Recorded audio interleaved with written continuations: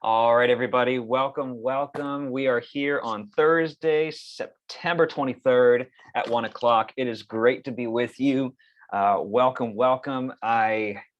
This is my second workshop of the semester. We did one last week that introduced this overarching topic, and today we are going to carry on with the topic of the CVC-OEI Course Design Rubric. I am absolutely excited to be with you today. I can't wait to dive in. I'm happier than a seagull with a French fry. But before we get into the content, I do want to just go over a few, just a couple quick housekeeping things. First and foremost, this meeting is being recorded, as you know. I will be posting it later on Canvas to the online faculty learning and development shell, so that others who couldn't be here want to take a look at it, or if you want to look back and see something again, it's there for your use as well. Also, throughout the next hour or so, please feel free to utilize the chat for questions. You can also, by clicking reactions on the bottom of your screen, use the raise hand function, just like I have here. If you have a question during the workshop, that tends to work best because it pushes you and your image to the front of the screen, so I can make sure and address your question. Also, if you could be so kind to keep yourselves on mute, unless you, of course, have a question or a comment. We just want to minimize background noise as we go through. And if at any point during this workshop, if my Zoom happens to freeze and I leave suddenly without explanation, give me 3 minutes to get back in and we will resume. And I'm just putting it out there. I know it's been happening once in a while. We had a Zoom update. Yeah, Kyle, I know it's been happening to a few instructors. It hasn't happened to me yet, knock on wood, but just putting it out there. If I suddenly disappear, please entertain yourselves for a few minutes and I will come back as soon as I can. If it is happening to you, make sure your Zoom software is up to date and reach out to IITS for assistance at iits@lbcc.edu. They're actually talking with Zoom right now to try and figure out what's been going on. So, yep. All righty. So with that being said, we're going to dive right in. So let me go ahead and share my screen so we can not look at Zoom. We don't need that. We need this. Yes. So I am also going to share this PowerPoint presentation in the chat right now. I just want anyone with the link can look at this. There you go. And for those of you who were in this workshop last week, that was actually last Tuesday. It's actually the first part of this slideshow. So I'm just adding to the same set of slides. For me personally, that's a little bit easier as opposed to having 5 different slideshows floating around. I'm just keeping this all together as one fluid presentation. So I'm going to go ahead and begin on slide 11. If you like to follow along with your slideshow, you are more than welcome to do so. But let's dig in. CVC-OEI Rubric Section A today is all about content presentation. And again, this is one of the 4 major components of that CVC-OEI rubric. This week, we're talking about Section A. Next Thursday, same time, same place, same bad channel, we're talking about Section B. The week after that, Section C. And then finally, the week after that, Section D. So just as you arrange your schedules and your calendars, keep that in mind. I'd love to see you all come back week after week after week. But looking at our objectives for this afternoon, we have a handful of items in front of us. First and foremost, we're going to do a very brief recap of what we talked about last week. What is the CVC-OEI rubric? How does it serve us? How can we make it work for us in our online courses? And then we're going to outline the 14 elements of the rubric section A, all about content presentation. And again, if we had about 4 hours, we can really dive into all 14 elements, but we don't have that much time. So we're going to outline some of the overarching themes of those elements. Below that, we're going to look at some examples that demonstrate aligned online content presentation. I'll be showing some examples from my class. I'll be showing some examples from the California Virtual Campus resources as well. And then that leads us into the fourth bullet point here. I'd like us to share and discuss how your online courses employ elements of Section A, and that can lead us to developing priorities for ourselves in relation to Section A. Because again, there's a lot to look at here. We don't have time to really get too deep into every single thing, but I'm hoping by the end of this workshop, you will have a fundamental understanding of why content presentation online is important and what you can do next to further align or make your online course content presentation more exemplary than it already is. Just as a side note, I 100% value the practice of calling in and questioning parts of the CVC-OEI Course Design Rubric. I think it's valuable to critique these ideas and these documents. However, that really isn't our purpose today. Perhaps we'll identify a different time for that sort of critique of the rubric itself. Today, we're going to do a brief survey of rubric section A and how it can serve us. All righty, so beginning with that first point, that brief recap, the California Virtual Campus Online Education Initiative provides best practices for online instruction. We know that from last week. And some of those best practices are itemized in something called the Course Design Rubric. And again, that was put together by a professional development network, a work group, excuse me, to identify essential areas in our online courses that can better promote student success. And of course, meet accreditation requirements, because we need to ensure that we're in alignment with those two. Of course, today we're just focusing on Section A. And there are 14 parts of Section A that talk all about content presentation. In other words, how do we delineate our course content, our course information to our students? Let's see. Okay. And there are different categories. I list them as 4 key elements: unit objectives, course management system, or CMS, use for content presentation. And that this, by the way, is just Canvas. We use Canvas. Some schools use Blackboard, others might use Moodle. Canvas is our course management system. And then third is learner support. So how do we, as the instructor, support our students so they have what they need to succeed in our class? And then, of course, institutional support. How do we convey the supports that Long Beach City College has to offer? To get a bit more detailed, all right, we have just a quick list of all 14 elements here. Some of them are a little broader. Some of them are much more specific. For example, we'll talk about A1, 2, and 3 in regard to how we identify learning objectives in our course. Sections A4, A5, A6, A7, and A8 all deal with how we organize our Canvas courses.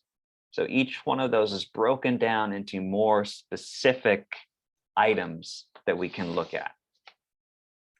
And if you are a member, from last week, we have different ways of classifying how we accomplish these things in our course, right? The first one would be if something is missing or something isn't present adequately enough to support our students online, then it would be classified as incomplete. And remember from last week, I put the bicep right there because that just means that we have more work to do. We're going to flex our muscles and move forward to align what we do with the rubric. And then, of course, we have wonderful, wonderful, creative, inventive, and collaborative online instructors that take it even a step further to those additional exemplary elements. So those are the three different ways that we can classify what we do and how we do it in our online course in relation to section A. Okay. But let's go ahead and take a few moments to go back to the rubric. I surveyed the entire thing at last week's workshop. Today, we're just going to focus again on that section A. So if you have the slideshow open, you can click on this link here at the very top. I'm also just going to paste this into the chat so it's more convenient for you right there. Or you can just follow along with my share screen. So again, this is a review. I'm trying not to scroll too terribly fast for you. We are going to refer to, I'll make it, whoa, very large. There we go. The first three elements, sections A1 through A3, content presentation, unit objectives. So remember, you can relate this to your syllabus, for example, or even your course outline of record for even more detail. When we teach our courses, there are pre-established objectives, pre-established learning objectives, pre-established learning outcomes, right? We know this from our SLO assessments. And when we do revise our course learning outcomes, sometimes we update those things. When we teach online, we want to take a look at how those objectives are placed and how they are aligned with the overall course. So for example, A1, right? If a course is incomplete, then that usually means that objectives are not included in individual learning units. As opposed to an aligned course for placement of objectives, it's when a learning objective is included in the individual learning units. And then additional exemplary objectives are consistently placed and easy to locate in each learning unit. So what does that actually mean? Well, to me, it's always easier to relate things from online teaching to on-ground teaching. When I was teaching in the face-to-face classroom, which I haven't done since, gosh, March of 2020. But when I was in the classroom, often I would start the day by either writing on the board or putting up a slide or an outline of what we're going to do in class that day. That was the placement of my objectives, right? We'd talk about, here's what we're going to talk about, even go as far as, here's your reading before the next time I see you, okay? So ensuring that we do that same sort of practice in our online courses is part of this first 3 sections of section A of the rubric, right? So putting those in a place where they are readily available and clear. And don't you worry, I have examples of all of these things that we're going to go through as we move through the workshop. See. Kirsten, I see your question. I appreciate your question. So how instructors choose to define individual learning units, absolutely, there's going to be variability there. So a really good example is the difference between a 16-week course or a 5-week winter session, okay? The size of those learning units are going to be remarkably different, right? What I encourage instructors to do as you figure out, as you get your footing with online learning, is try breaking them up in a way that suits you and allow your students the opportunity to provide feedback on how the structure works for them. That might mean administering a survey to your students and say, hey, would you prefer would you prefer work 1 week at a time or 1 month at a time? And soliciting that type of feedback from our students, to me, has been incredibly powerful at shaping what I do and how I do it. So that's a great question, Kirsten. Thank you for raising it. That brings us to section A, parts A4 through A8, which talks about use of the CMS. Remember, that is the course management system. I'm just going to call it Canvas. So this gets into some of what I call the nitty-gritty of how we build, how we structure our Canvas courses. Everything from the course navigation. Some of you remember way back when we started all teaching online, one of the things that Long Beach City College, and myself included, really wanted to encourage faculty to do is, at the very least, build a home page in Canvas. A home page with a very clear navigation so that students know what to do as soon as they log into your class. That's part of A4, course navigation, right? It's making sure that the navigation and content flow are easily determined by our students. You want to take it a step further? Make a tutorial on how students can be successful in your course. Show them exactly what to do and how to do it so they are then equipped with the tools to succeed. Getting even more specifically, and this goes. Michael, I have a question. Yes, Becky. With that last comment, because that was really good wording. Could you, because I do a welcome video and then I say you got to watch it, whatever. But I loved how you just said that. How to be successful.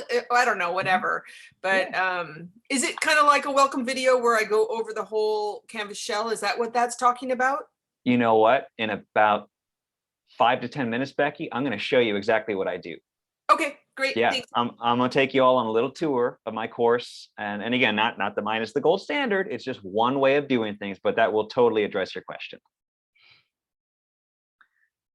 Even getting more specific, unit level chunking, A6 page level chunking. That doesn't sound too pretty when I say it out loud, but chunking refers to how do we break down content so that it is digestible for our students.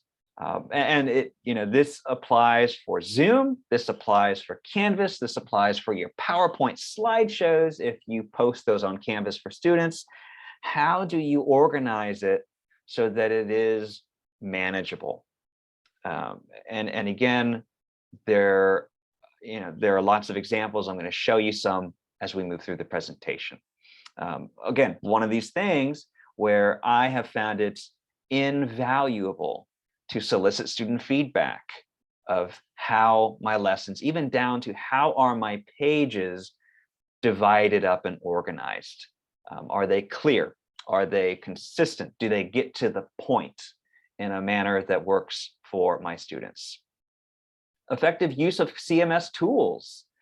So tools such as announcements, tools such as video content, even things like file sharing within Canvas. So there's you all know Canvas by now. There's a lot of things that you can do with it. My advice is if you haven't tried some new things, maybe check something out. And I have some ideas for you that I'll share as we move through. Even effective use of multimedia. So instead of just providing a single way of delineating your content, instead of just providing a video, or instead of just providing a slideshow, or just providing content pages, try and mix it up. Use mixed media or multimedia to present the content in a variety of ways. I find, one, it reaches my students better, but two, it also makes it more exciting and more fulfilling for me. But again, there can be exceptions to this depending on what courses you teach, and I completely understand that. Let me check the chat. I see quite a bit. Oh, we're talking about Camtasia and video stuff. Okay, cool. Yeah, if you're interested in Camtasia, please contact OLET, that's OLEET at lbcc.edu.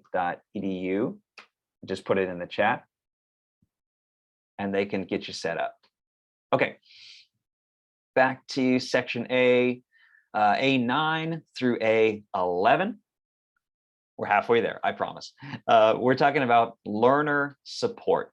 So these are things that we as instructors can do in order to make our online courses more user-friendly and more supportive for our students. This can include instructions for learners to work with content in meaningful ways. So guiding students to take notes during a video, explaining what to look for in an article. And you can do this any way that you like. You can make a video about what to do. You can provide written instructions on what to do. You can have a discussion forum where students give other students advice on what they should do in a particular learning unit, right? So there's a number of ways to go about this. Learner supports, okay? Offering individual learning opportunities. So I know this can vary greatly depending on your course, but I know a lot of instructors offer things like practice quizzes that lead up to the big exam. And students can retake these practice quizzes again and again and again until they reach a comfort level with that particular material. So that's one type of learning support. And then we've talked about this already, learner feedback. Do your students have the opportunity to give anonymous feedback to you? And I actually have a video and some resources put together on this, on how to develop a mid-semester feedback survey. And I'll tell you, it can be humbling. I'm not going to sugarcoat that. It can be humbling, but at the end of the day, I find that the vast majority of constructive critique that I receive from students about my online course truly is valuable and truly is, they're legitimate concerns about, oh, you know what, I should rethink how I do this. I should do that better. Okay, so just food for thought. Before our last section of section A, A12 through A14, institutional support. And this gets into identifying our course policies. You may have seen my email yesterday about privacy and copyrighted content in our courses. Those are examples of course policies. Okay. A13, student services. So telling your students about DSP&S, telling them about academic counseling, online tutoring, all of these things, which are probably already in your syllabus. And then, of course, technology support.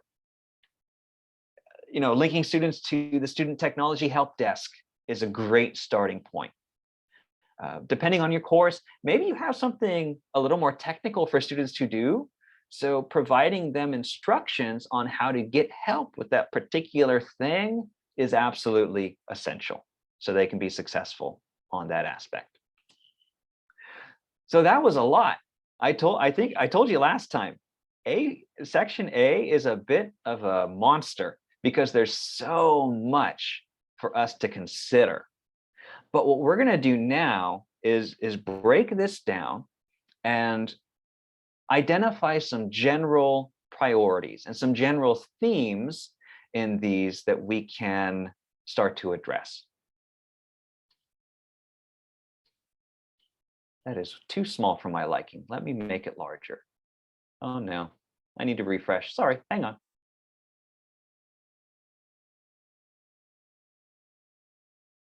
Here we go.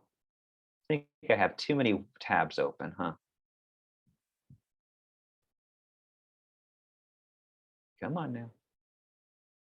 Yes. All right, sorry about that. Here we go. In this slide, I've listed 3 resources for you. 2 of them are not new. That first one, online faculty learning and development, it's that new Canvas shell that every single instructor at Long Beach City College should be enrolled in. If you're not, let me know. I'll get you signed up. But if you'll recall, I have collected a lot of help guides that pertain to section A, B, C, and D. So you could find something very specific in those help guides. Secondly, the Teach Online seminar. Section A has 4 different deliverables that align with section A of the CVC-OEI rubric. We ask you all, and I know most of you did the TOS 3.0 or something similar elsewhere. You submitted unit objectives. You talked about your module design. You submitted a sample student survey, and you also submitted a syllabus, which features institutional supports in it. So you've addressed a lot of these things in those deliverables for the TOS 3.0. And then this third resource is probably new to you, but I'll tell you, this is definitely one to bookmark for a later date. Look at this. The California Virtual Campus put together this resource for us, and it looks like a Canvas course, right? I'll link it in the chat if you like to poke around too. There we go.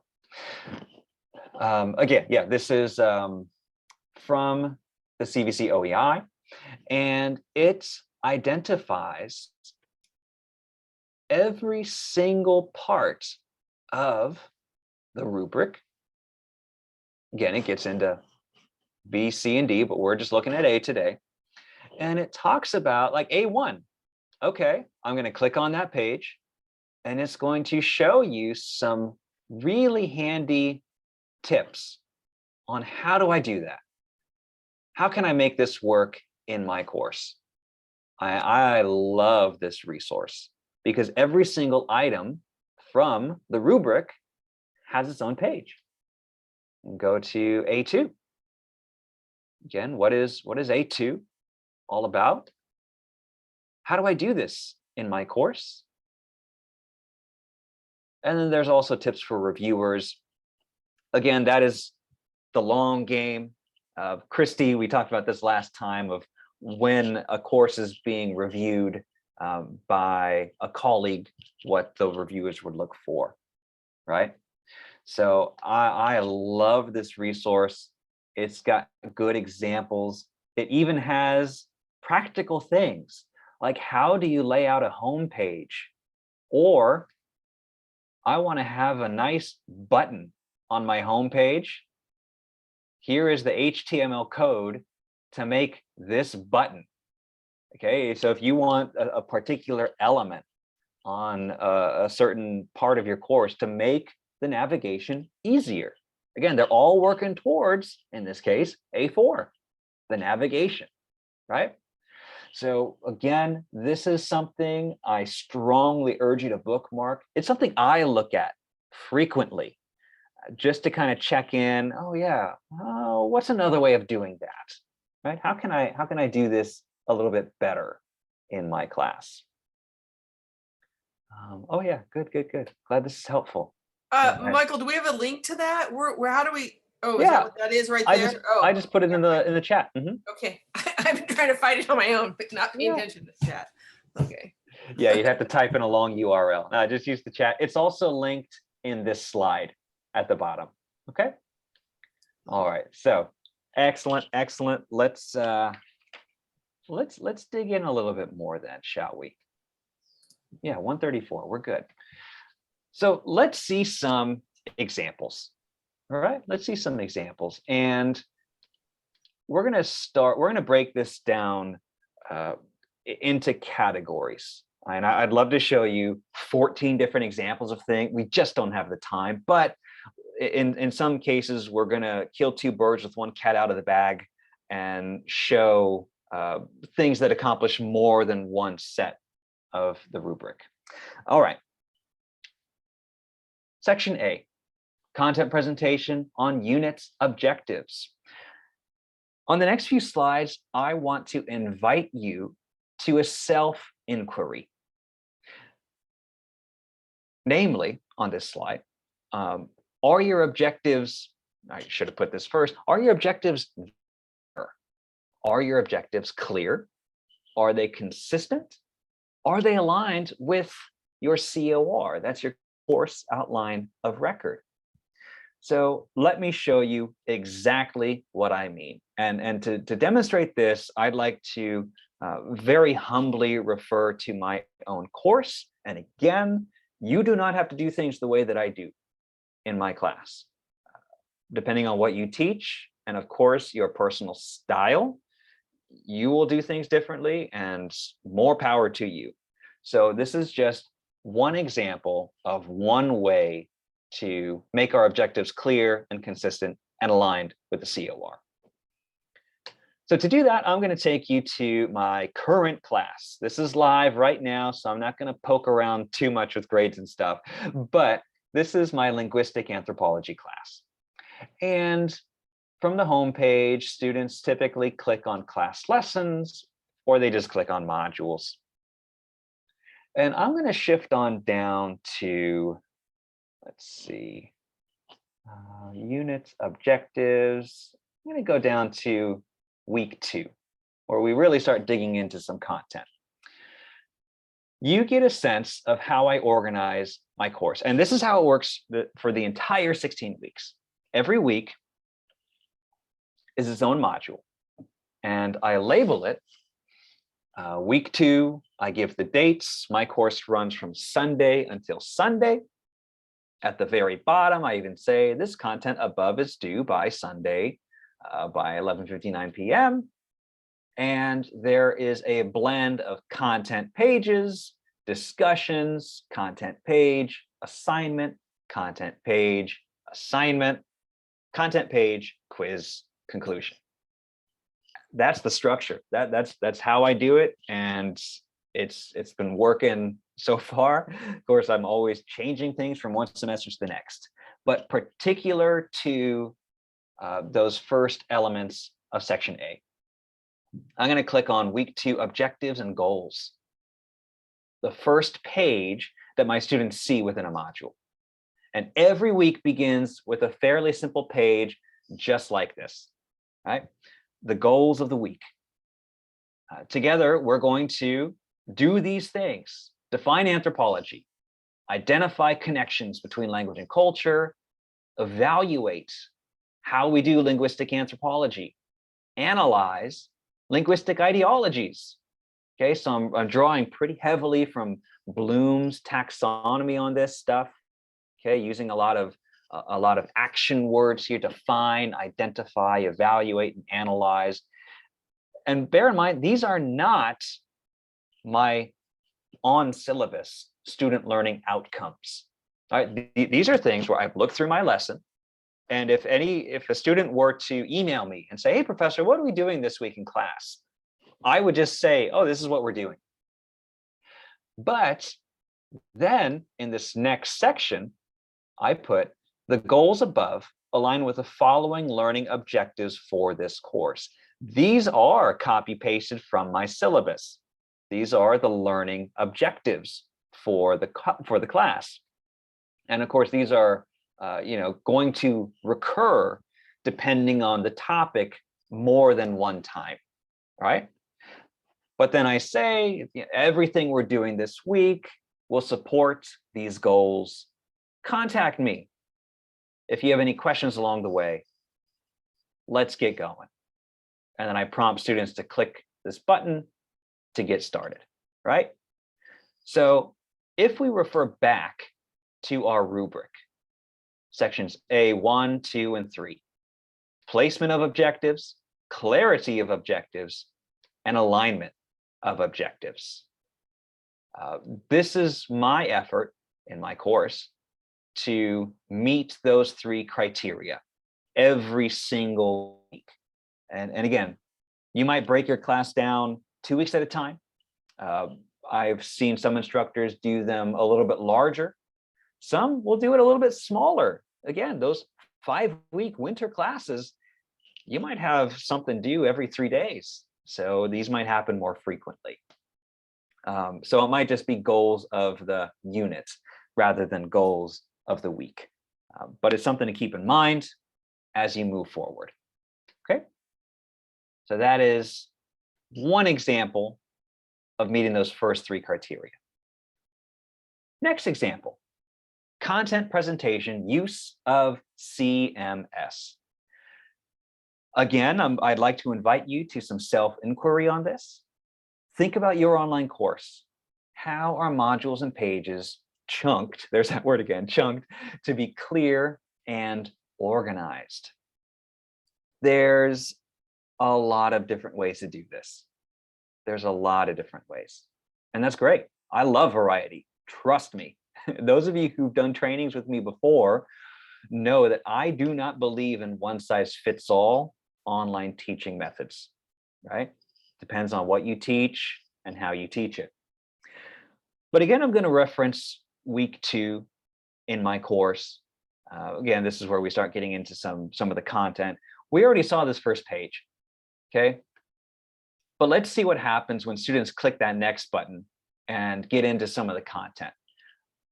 For me, what works the best is, rather than posting slideshows to Canvas, I prefer to type a lot of my content with images and with hyperlinks and with videos that I make too within a Canvas page.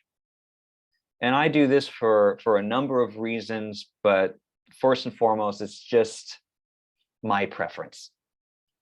I didn't use PowerPoint even when I taught on campus. Just not my thing. But how I chunk this page is I try and break it down into very, very clear sections, as opposed to one giant block of text. So I'll employ horizontal lines across the page.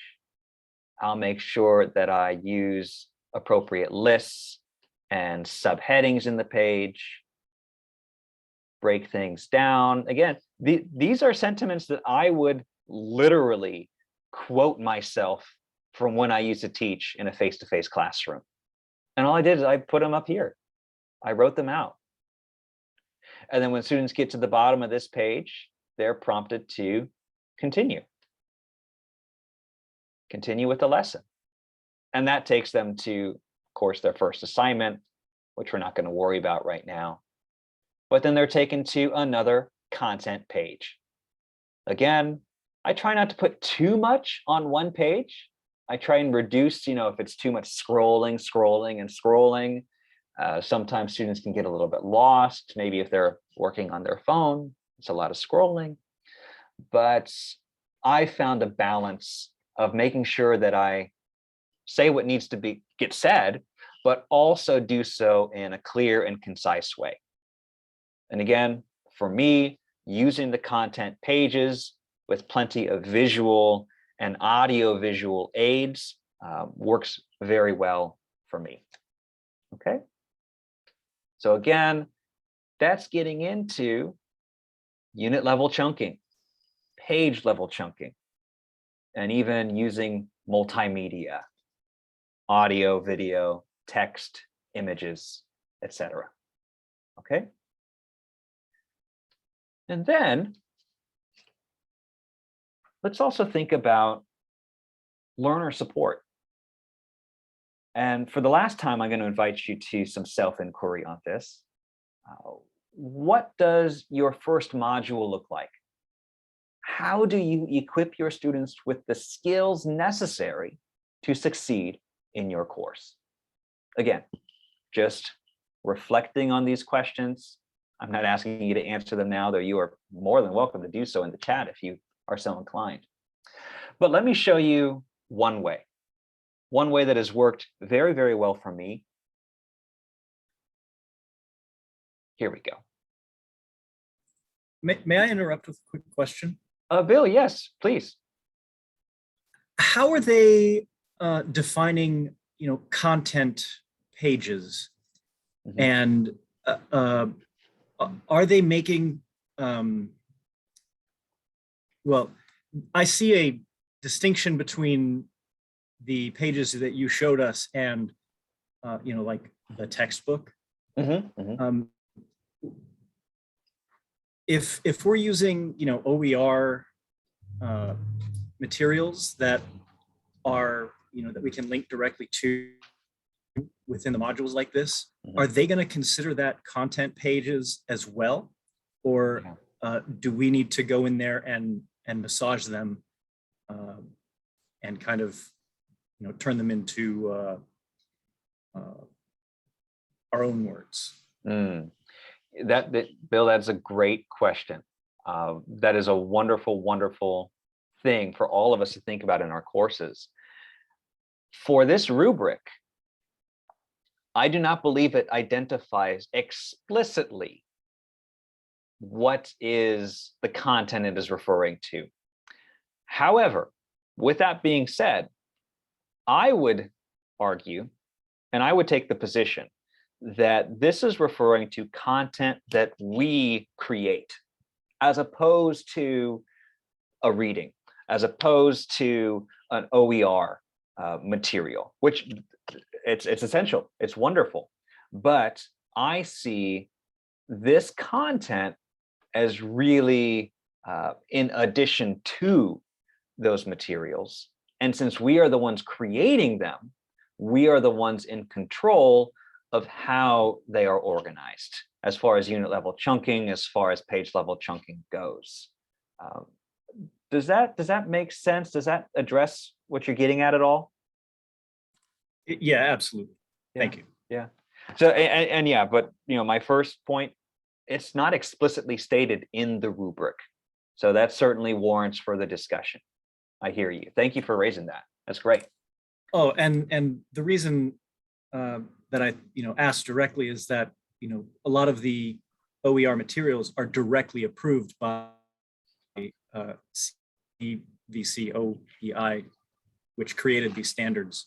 Yeah. So I see a lot of these concepts incorporated into the structure of the OER materials. Absolutely. And you know what, this is why we encourage our faculty to very carefully evaluate their OER materials.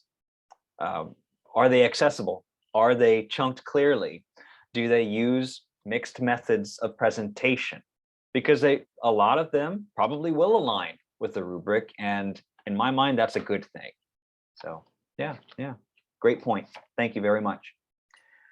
So let's briefly show a little bit about learner support. Here's how I like to do it. The first module in my class is just course information, but I have this set up with module requirements. Students cannot proceed to week 1, see there's a prerequisite here, until they complete this orientation module. And they begin where it says start here. It's very clear. I welcome them. I talk about what we're going to discuss in this orientation module, and they move through. They start by meeting me. Again, I'm trying to humanize their course. I provide a communication plan. I tell them where to get technical help if they need it. We have a student discussion forum, ungraded, just for them. I also put together the Robertson Guide to Success. And I know that sounds cheesy. That's the point. It's supposed to be a little cheesy, but in it, I put down some advice on what to expect in an online course, some common challenges. Time management is hard when you're learning online. I know, I get it, right? 7 simple steps to succeed, some important links. These are all from my syllabus, by the way, just copy pasted, okay? And only once my students make it through this orientation module by viewing each page, see, it says view, view, view beneath each one of them, then they can begin the week 1 module, which honestly, it's kind of short, right? It's kind of short. I concede that. But I was thinking about, what do I do in the first day of class on campus? First day, I take roll call. I learn a lot of names. I show my syllabus, and maybe I'll start to talk about anthropology just very, very briefly, right? I just want to get folks in the door and clear on what's to come, okay?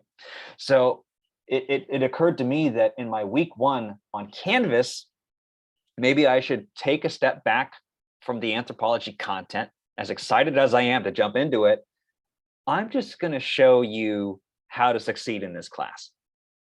And that's going to begin with an assignment about me, where students watch my video, right? It's an interactive video, so they answer questions as they go through. And then they look at different content pages, how to succeed, right? They get some advice from former students who've gone through my class. Okay, I break down, what are the types of assignments in this course? Try and write at least 300 words minimum for each one. Even for the first discussion forums, I really wanted to show students how to participate. So I made a video. This is 1 minute long, and it shows them, okay, class, here's how you participate. You read the prompt, you click on reply, you type your post, right? It just shows them the basic stuff. But I find if I teach this to them now in week 1, the rest of the semester, it's a piece of cake. It's already a habit for them. So there's no misunderstandings of, oh, I didn't create my own post, I only replied to someone else, right? So that I try and support that from the get-go. Even in this first module, my quiz, okay, I don't even call them a quiz, I call them check-ins, but they're quizzes. Look at these questions. It's really just getting students familiar with the class. Like, when does the course end? That requires them to look at their syllabus, doesn't it? To know when the course ends. What's the best way to reach me? The class does not require reading the textbook. Again, word count for assignments, right? Like, this is easy. It's not supposed to be hard. All it is intended to do is equip my students with the knowledge and skills necessary to move forward in the class, okay? So again, this is one way to do it. I also think of it as really demystifying a lot of online learning. But to me, that is one of the best ways to ensure learner support. So, gosh, we're at 153. Let's do this. Let's do this. I want you to think about your class or classes. Think about what elements of section A might have the biggest immediate impact on student learning in your course. Like if I were to tell you, take the next, couple of hours to just focus on one area of section A in your course, what might it be? And again, this is completely reflexive. This is completely rhetorical. I just want you to think back to those 14 areas, or you could think of just these 3 really general areas of what you do and how you do it in your online course. So with that being said, we have just about 6 minutes left now. I'd really, really love the opportunity for you all to share a little bit or to pose questions to me or to the group that relate to what we've talked about today. Section A with content presentation. So I'm going to check the chat. Oh yeah, Kirsten, you're welcome to take anthropology anytime. Just let me know. Yeah. Okay. So let's share. I'm going to stop sharing my screen so I can see everyone. And let's think about section A. Let's think about our content, our learner support, our unit objectives. Would anyone care to share how you are currently doing these things, or maybe how you might envision doing these things a little differently in your course? And if it helps, I will go ahead and stop the recording to take the stakes out of it.